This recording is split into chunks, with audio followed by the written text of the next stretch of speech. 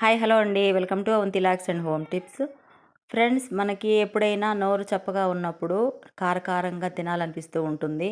లేదా మనకి ఏదైనా నీరసంగా జలుబు చేసినప్పుడు కూడా పుల్లపుల్లగా తీయంగా కారకారంగా తినాలనిపిస్తున్నప్పుడు రకరకాల పచ్చళ్ళు పొడులు ప్రిపేర్ చేసుకొని వేడన్నంలో తింటుంటాం కదా. కానీ మామిడికాయ సీజన్లో అయితే మామిడికాయ పచ్చడి లేకుండా మనం అసలు అన్నం తినలేం కదా. నేను ఈ మధ్యకాలంలో రోటి పచ్చళ్ళు అయితే ప్రిపేర్ చేస్తూనే ఉన్నానండి. మామిడికాయలు ఇంట్లో ఉన్నప్పుడు మనం రోటి పచ్చళ్ళు ప్రిపేర్ చేసుకోవాలని.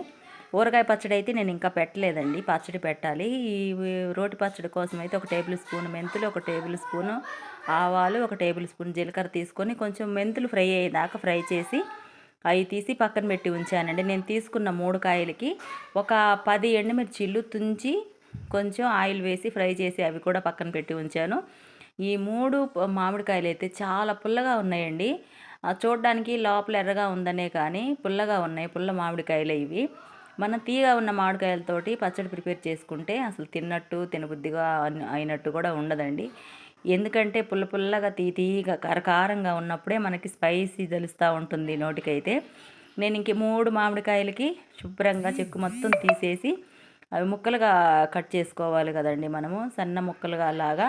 కొంతమంది పచ్చడి ప్రిపేర్ చేసుకునేటప్పుడు లావు ముక్కలు అయితే ప్రిపేర్ చేసుకుంటూ ఉంటారు. నేను చిన్న ముక్కల్ని సన్నగా కట్ చేసి ఒక ప్లేట్లోకి తీసి పక్కన పెట్టి ఉంచానండి. ఎక్కువ శాతం టిఫిన్లోకి మాత్రమే నేను మిక్సీకి వేస్తాను చట్నీలు. మనకు తినడానికి ప్రిపేర్ చేసుకునే చట్నీలన్నీ కూడా రోట్లోనే వేసి దంచుకోవడం నాకు అలవాటండి. రోలు అయితే మనకి లోపలే దొడ్డి తట్టు ఉంది కదా అటువైపు, అక్కడే ఉంది రోలు. కొంచెం ఎండ వస్తూ ఉంది. పక్కింట్లో వాళ్ళకి వేప చెట్టు ఉన్నప్పుడు మనకి బాగా నీడ ఉండేది అటువైపు. ఆ వేప చెట్టు ఉన్నప్పుడు కొంచెం అది నీడకి చెట్లు కూడా ఏం బతకట్లేదని ఆ వేప చెట్టు వర్షాలప్పుడు అంతా పైకి మిద్ది మీదకి వచ్చేసిందని మనము చెప్పాము. ఆ అన్న కూడా ఆ చెట్టు కొట్టేపిచ్చాడండి. ఆ చెట్టు లేదు ఇప్పుడు. ఆ అన్న కూడా లేడు, చనిపోయాడు.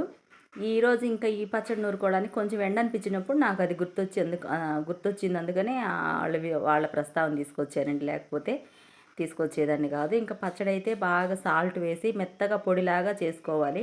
అసలు మనం మిక్సీలో వేసుకుంటే ఇలాంటి పచ్చళ్ళన్నీ కూడా దాని ఒరిజినాలిటీ పోతుందండి, అంత మనకి టేస్ట్ అయితే తెలీదు. ఇలా మెత్తగా అయిన కారపొడిలో మనం ముందుగా కట్ చేసి పెట్టి ఉంచిన మామిడికాయ ముక్కల్ని వేసి అవన్నీ కూడా మెరిగేదాకా దంచుకుంటూ ఉన్నాను. నేను రోటి పచ్చడి ప్రిపేర్ చేసేటప్పుడు ధన వేసి ఎప్పుడు నోరునండి. ఎందుకంటే మనం చిన్నగా ఎగిరిపోకుండా నూరుకున్నప్పుడే ఆ పచ్చడి కూడా టేస్ట్ వస్తుంది. అవి ఎగిరిపోకుండా కూడా ఉంటాయి. నిదానంగా దంచినప్పుడు ఒక్కొక్కటిగా మెత్తగా అవుతుంది. మరీ మెత్తగా కాకుండా పలుకుండే విధంగా అన్నంలో కలుపుకుంటే పుల్లగా మనకి నోటికి తగిలేటట్టుగా ఉన్నంత విధంగా పచ్చడిని అయితే నూరుకోవాలి. నేను చూపిస్తున్న ఈ విధంగా అయితే మనం ఈ పచ్చడిని రోట్లో వేసి నూరుకోవాలి ఫ్రెండ్స్. ఇప్పుడు చూడండి, ఇంకా పర్ఫెక్ట్గా పచ్చడి అంతా కూడా నూరేసాను. అది తీసి పక్కన పెట్టేసి, రోకల బండ తీసి పక్కన పెట్టేసి ఇంకా మనం పచ్చడిని ప్లేట్లోకి తోడుకుంటున్నాం. అసలు నేను ఈ పచ్చడి నూరేటప్పుడే నాకు నోరు ఊరుతూ ఉందండి. మన వీడియో చూస్తూ వీడియో చెప్తుంటే కూడా వాయిస్ ఓరిస్తుంటే కూడా నాకు నోరు ఊరుతుంది, అంత బాగుంది. ఖచ్చితంగా ట్రై చేయండి. మనం పచ్చడి నూరుకునేటప్పుడు ఎండుమిర్చిలు ఒక్కటే, జీలకర్ర ఒక్కటే కాకుండా మామిడికాయతో పచ్చడి చేసుకుంటున్న ప్రతిసారి కూడా మెంతులు ఆవాలు కూడా వేసుకోండి. మనం ఊరగాయ పచ్చడిలో ఎలా అయితే వేసుకుంటాం అలాగే ఈ రోటి పచ్చడిలో కూడా మెంతులు ఆవాలు తగిన మోతాదులో, ఎంత మిరపకాయలు ఎంత మామిడికాయలు తీసుకుంటాం వాటికి తగిన మోతాదులోనే తీసుకొని వేసుకొని చాలా బాగుంటుంది. ట్రై చేయండి తప్పకుండా. నేనైతే ముందుగానే తాలింపులో ఎండుమిర్చి, ఆవాలు, జీలకర్ర, నేను ఎక్కువగా ఒక గుప్పెడన్నైతే వెల్లుల్లి వేసానండి. పొట్టు తీసిన వెల్లుల్లి వేసి 2 రెమ్మలు కరివేపాకు వేసి అవన్నీ వేగిన తర్వాత స్టవ్ ఆఫ్ చేసి ఉంచానండి. అది స్కిప్ అయిపోయింది. ఇంకా అదంతా ఒక గిన్నెలోకి తీసుకోవాలి.